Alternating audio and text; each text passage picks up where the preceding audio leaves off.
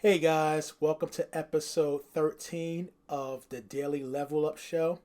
I'm your host, Roosevelt Cooper, and today, as I record this show, it is Saturday, March 4th.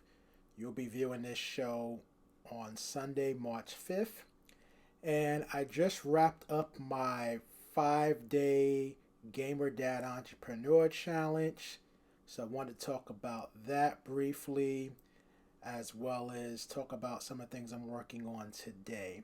So I did my second ever Gamer Dad Entrepreneur Challenge. I like the content that I covered. However, as I shared on a prior episode, I did not market the challenge the way that I would have liked it to, and it showed in the number of people that participated. I didn't have anywhere near as many people participate in this challenge as I had in the first challenge, but the first challenge I did a lot more marketing for it. So that's just a note for me to make to that I need to make sure I have a ramp up period where I'm heavily marketing so that I can have more participants in the challenge. I'm also going to be tweaking some things with the challenge in terms of the content and to basically just make it even more tailor made to who I'm looking to serve, which is you, Gamer Dad Entrepreneurs. So if you're watching this and if there's anything that you want me to cover in future challenges, definitely let me know. I'll be more than happy to do so.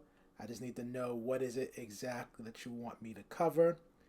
So I'll be making some tweaks and some fine tuning for future challenges. We'll be doing another one in the month of March, maybe 2 or 3 weeks from now. So definitely looking forward to doing that. And for this next one, I want to do some paid advertising. One of my fellow gamer dads, he's been having some success with some paid advertising, and it's something I've always wanted to do. I used to do it many years ago for clients, but I really want to start doing it for myself, especially when I realized that.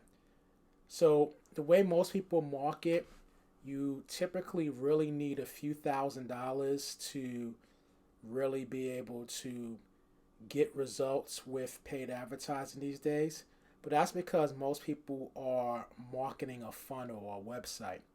And the way the algorithms work, these social media sites, they don't want people to leave their site.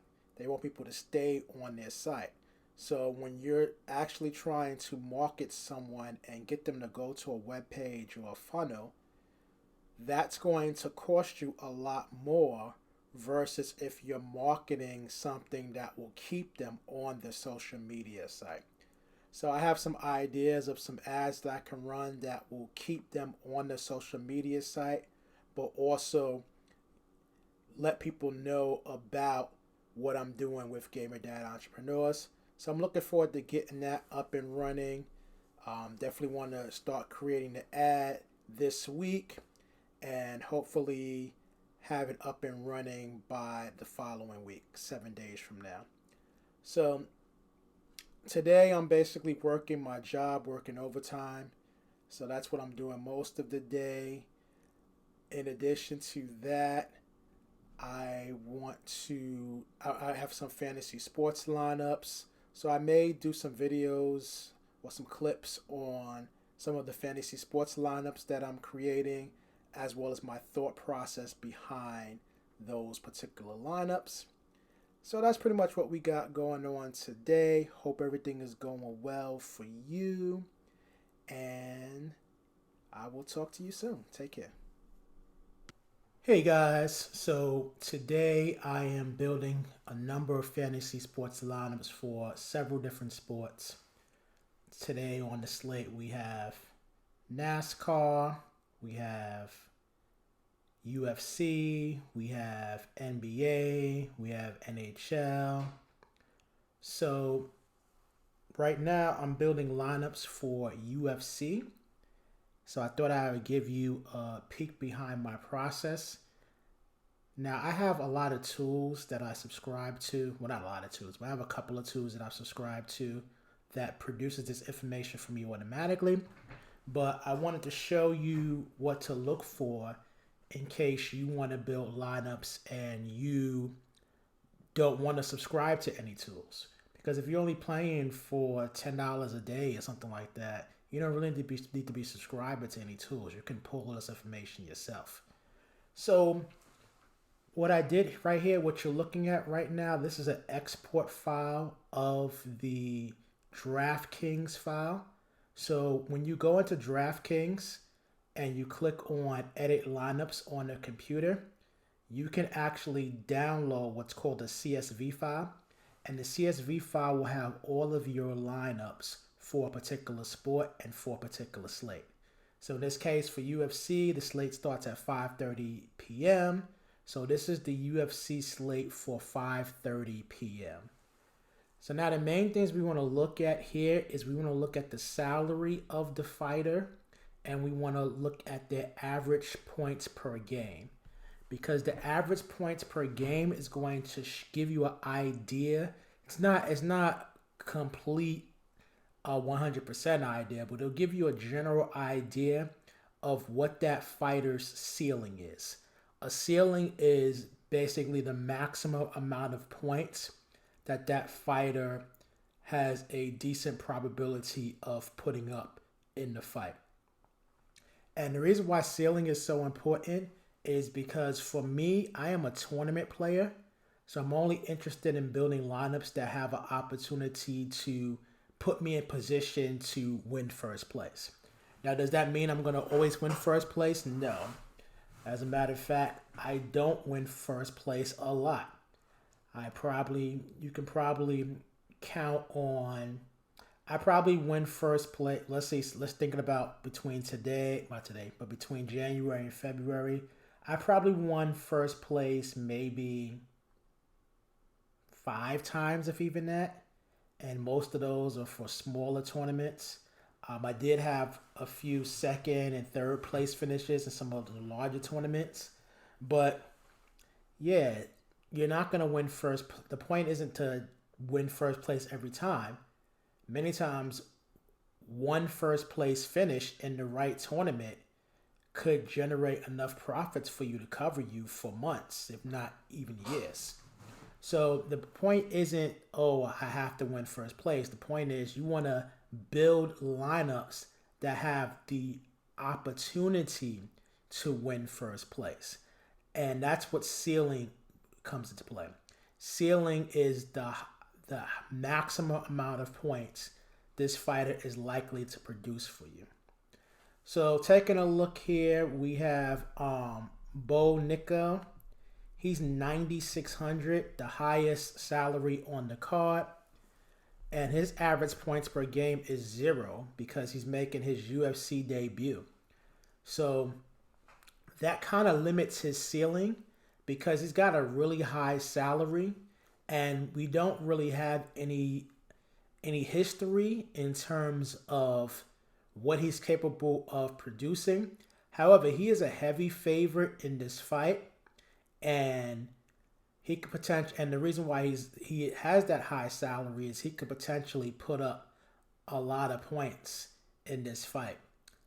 So he's definitely in my player pool, so to speak, even though he has 0 for the average points per game. And then next we have Valentina Shevchenko. I'm probably butchering her name. But as you can see here, her average points per game is 97.41. That's really good. So with 97.41, that means that's what she's putting up on average. So on average in her fight, with a 9,400 salary, she's putting up on average 10 times the amount of points. So she will definitely be in my player pool as well. So what you want to do is take a look at these different fighters, look at what their average points are per game. If they don't have any average points per game, I would lower them a little bit. I wouldn't necessarily eliminate them completely, but someone who's had 10 fights in the UFC with an average of 97 points per game is a lot more likely to hit that ceiling versus someone who has not had any fights in the UFC. So that's something that you want to take a look at when you're building your lineups. All right, so next I want to show you some research tools that you can use when building fantasy UFC lineups. This first tool is called Best Fight Odds, and you can access them at bestfightodds.com. And this website basically shows you all the betting lines for each fighter for every mixed martial arts event.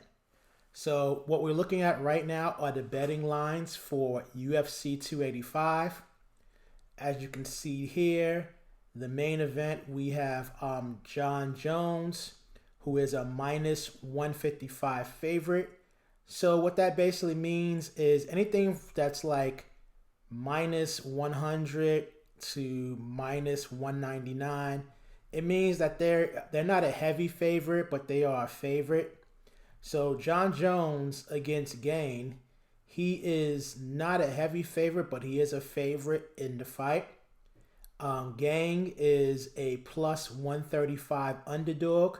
So minus represents favorites, plus represents underdogs. Gain is a slight underdog in this fight. And then you can also look at their prop bets as well. So up at the top, these are the different casinos or betting sites that and what odds they're offering. So the odds are different based upon whoever's making the offering. DraftKings has like the best odds right now if you want to bet Jon Jones. And you also have props as well you can look at. If you click on this little drop down arrow, this shows you some different betting props. So this shows you what the odds are that the fight goes over 1.5 round, 2.5 round, all the way to the fight going to a decision. So as we can see, it's slight favorite to go to a decision. So what that basically tells you is the betting public believes it's more likely if this fight goes the distance than it doesn't. That's good to know when building fantasy UFC lineups, because what they're telling you is that they don't believe that there's going to be a finish. And because of that, these two fighters may not get any finishing bonuses in terms of their points. So that limits their ceiling, so to speak. Then if you can look down and see some more odds. You can see odds for them to win by submission, odds for them to win by TKO. What I'm interested in is what their odds are to to win inside the distance. That basically means knockouts or submissions, TKOs. We can see Gaines is plus 375 to win inside the distance, so he's a pretty significant underdog to do that. Jones is plus 175, only a slight underdog to do that. So Jones is more likely to finish this fight than Gain. So those are some numbers that you want to take a look at. You want to get an idea of who's the favorite, who's the underdog, by how much. Because sometimes you might get some value here. You might have someone who is a decent sized favorite, but their salary may not reflect that. And that's good to know, because that will let you know that, hey, that's probably a good fighter to get some exposure to. But also, that also typically means is that that's also going to be a fighter who's may have some decent amount of ownership as well. And then finally, here's another site you could take a look at, UFCstats.com. When you go to the site, at the very first page, it has like the different events. So I clicked on UFC 285, and it shows you Jones versus Gang. So you can see all the fighters who were on this particular card. And then if you click on View Matchup, you can see some key statistics that will be very beneficial for you to know. For example, like striking, significant strikes, because fighters do get points based upon how many significant strikes they land. As you can see, Jones is averaging 4.30 significant strikes per minute, whereas Gaines is averaging 5.11. So that tells me that if this fight does go the distance as the odds indicate, Gaines has the slight favorite in terms of landing strikes. Then in terms of takedowns, Jones averages 1.85 takedowns per 15 minutes. Gaines only 0.62. So that tells me that Jones has the advantage in terms of the grappling wrestling. And then you can see like their most recent fights. Jones has won all 5 of his last recent fights with the exception of the 5th one against Cormier, which was a no contest.